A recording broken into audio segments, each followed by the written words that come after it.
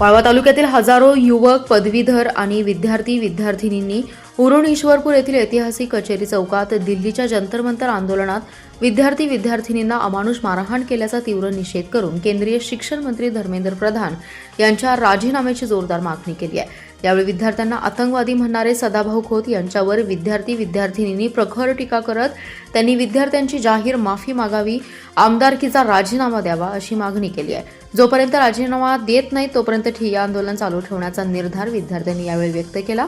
पावसाचं वातावरण आणि सुट्टीचा दिवस असतानाही हजारो विद्यार्थी व विद्यार्थिनी, युवक आणि पदवीधर उत्स्फूर्तपणे या आंदोलनात सहभागी झाले।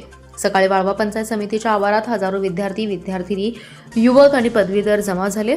येथे क्रांतिसिंह नाना पाटील आणि लोकनेते राजाराम बापू पाटील यांच्या पुतळ्यास 5 विद्यार्थिनींच्या हस्ते पुष्पहार घालून मोर्चास सुरुवात करण्यात आली।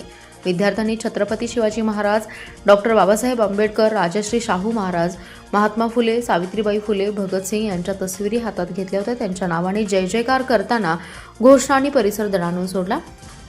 शहराच्या मुख्य मार्गांवरून मोर्चा कचेरी चौकात आला। इथे जाहीर सभेत रूपांतर करण्यात आलं। यावेळी वीरेन शिंदे, गायत्री घोडे, आरती यादव, संचिती यादव, अर्शिया अत्तार, कांचन सूर्यवंशी, प्रणाली गायकवाड, शिवानी रहाटे, ऋतुजा पाटील, राजवीर पाटील, सई पाटील, सरगम आकळे, ओंकार पाटील या विद्यार्थिनींनी सरकारचा जाहीर निषेध करत आपल्या तीव्र भावना व्यक्त केल्या।